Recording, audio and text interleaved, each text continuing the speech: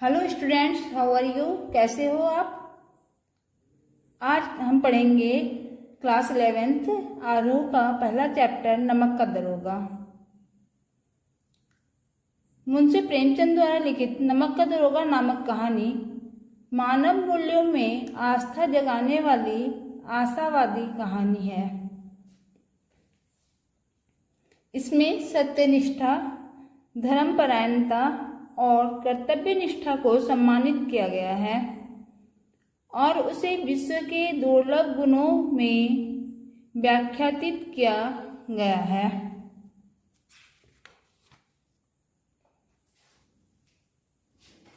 जब से नमक बनाने पर रोक लगी तो सरकार में एक नया विभाग नमक विभाग बना। इसके दरोगा पद को अत्यधिक महत्वपूर्ण माना जाने लगा। यहाँ तक कि बड़े बड़े वकील भी इस पद के लिए लालायित रहते थे। उन दिनों फारसी में दो एक प्रेम कथाएं कहने वाले को जल्दी ही अफसरी मिल जाती थी। बाबू बंसीधर भी लैला मजनू, फरहाद आदि के प्रेम वृत्तांत सुनकर रोजगार ढूंढने के लिए निकले। उनके पिता ने हिदायत दी कि नौकरी ऐसी ढूंढना जिसमें ऊपर की आय खूब हो, क्योंकि मासिक आय तो पूर्णमासी का चांद है जो घटते घटते लुप्त हो जाती है, परंतु ऊपर की आमदनी बहता हुआ पानी का स्रोत है जिससे सदा प्यास बुझती है। इस उपदेश को पाकर बंसीधर बाबू नौकरी ढूंढने निकल गए। सौभाग्य से उन्हें नमक के दरोगा होने का सुअवसर मिला। यह बात सुनकर ही उनके स्वजनों के हृदय में खुशी और पड़ोसियों के हृदय में सूल उठने लगे। जाड़े की एक रात थी। मुंशी बंसीधर को अभी यहाँ यमुना के पुल पर आए 6 महीने से अधिक नहीं हुए थे। उन्होंने जल्दी ही अपनी कार्यकुशलता और उत्तम आचार से अफसरों का मन मोह लिया था। दरोगा जी की नींद अचानक पुल पर से गाड़ियों की आवाज सुनकर खुली। वे हड़बड़ाहट में उठ बैठे। बाहर आकर देखा कि गाड़ियों की एक लंबी कतार पुल के पार जा रही है। डांट कर पूछा, किसकी गाड़ियां हैं? थोड़ी देर सन्नाटा छाया रहा। पता चला कि पंडित अलोपी दिन की है। दातागंज के मुंशी जी का यह नाम सुनकर चौंके, क्योंकि पंडित अलोपी दिन उस इलाके के सबसे प्रतिष्ठित व्यापारी थे। उनका अंग्रेजों से भी अच्छा उठना बैठना था। उन्होंने पता लगाया कि उन गाड़ियों में नमक ले जाया जा रहा है।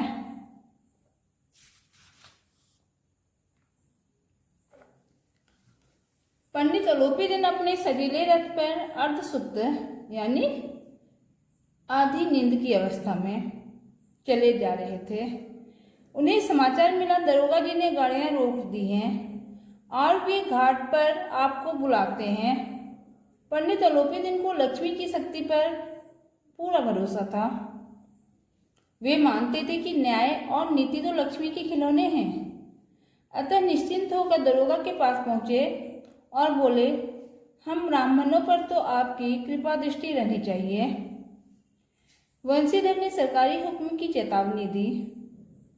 अलोपी दिन ने रिश्वत देने की बात कही। बंसीधर पर रिश्वत का जरा भी असर नहीं हुआ।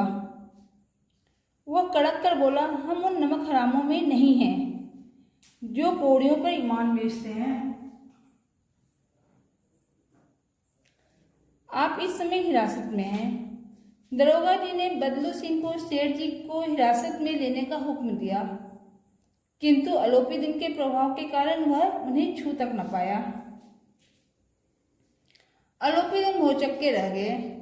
उन्होंने आज तक धन को धर्म के आगे हारते हुए न देखा था। अतः वे उसके सामने गिड़गिड़ाए, दया की गुहार की, फिर भी बंसीधर पर कोई असर न हुआ। सेठ जी ने 1000 रुपये का तत्काल देने की बात कही। बंसीधर ने गर्म होकर कहा, 1000 नहीं, 1 लाख भी मुझे सच्चे मार्ग से नहीं हटा सकते।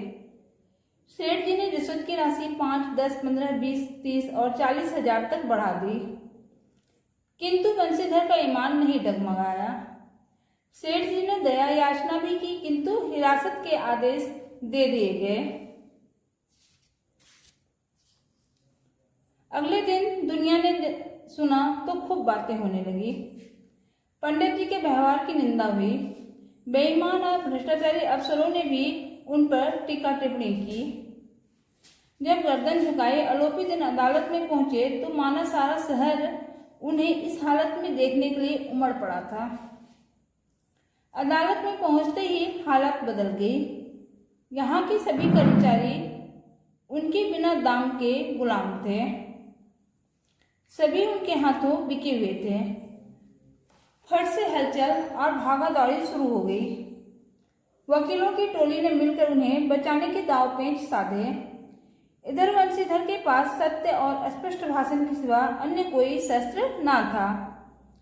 परिणाम स्वरूप पक्षपात की ओर झुका हुआ न्यायालय सेठ जी के चरणों में झुक गया। डिप्टी मजिस्ट्रेट ने यह लिखा, पंडित आरोपी बहुत बड़े आदमी हैं। वे थोड़े से लाभ के लिए इतना छोटा काम नहीं कर सकते। वंशीधर की नमक हलाली ने उनकी बुद्धि को भ्रष्ट कर दिया है, अतः उन्हें सावधान रहना चाहिए। यह फैसला सुनकर वकील उछल पड़े।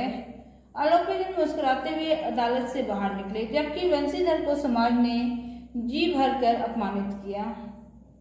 वंशीधर को जीवन का यह खेदजनक अनुभव हुआ कि कोई भी सत्य के लिए समर्पित होने को तैयार नहीं है।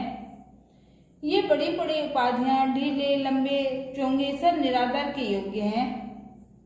सप्ताह बाद वंशीधर को नौकरी से निकाल दिया गया। घर वालों ने यह समाचार सुना तो अपना माथा पेट लिया। पिता तो बहुत क्रोधित हो गए। माँ और पत्नी भी नाराजगी व्यक्त की। एक सप्ताह के बाद पंडित आरोपी दिन वंशीधर के घर पहुंचे।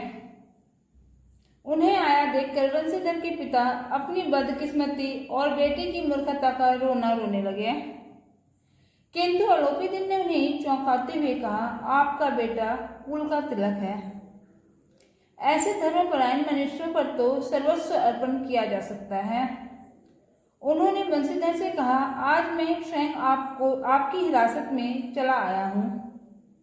मैंने इस दुनिया में सबको खरीदकर गुलाम बना लिया है। मुझे परास्त किया तो केवल आपने। मैं आपके सम्मुख एक विनय लेकर आया हूँ। आरोपी ने कलमदान में से कलम निकालकर वंशीधर के हाथों में देकर कहा, ना मुझे विद्वता की चाह है, ना अनुभव की, ना मर्मज्ञता की और ना कार्यकुशलता की। इन गुणों के महत्व का परिचय खूब पा चुका हूँ।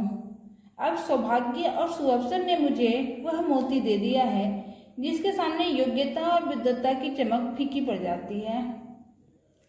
परमात्मा से यही प्रार्थना है कि आपको सदैव वह नदी के किनारे वाला बेमुरब्बत, उदंड, कठोर परंतु धर्मनिष्ठ दरोगा बनाए रखे। वंशीधर की आंखें कृतज्ञता से डबडबा गई। उसने भक्ति भाव से नियुक्ति पत्र पर हस्ताक्षर कर दिए। आरोपी दिन ने प्रफुल्लित होकर उसे गले से लगा लिया। तो बच्चों, ये आपके नमक की दरोगा की कहानी है, बिल्कुल ही संक्षिप्त में। अगर आप इसे सुन लेते हैं तो आपका वन वर्ड या एमसीक्यू वाली सारी क्वेश्चन सॉल्व हो जाएंगे। नेक्स्ट वीडियो में मैं आपके सामने नमक का दरोगा का प्रश्न उत्तर लेकर आती हूँ। Okay, thank you.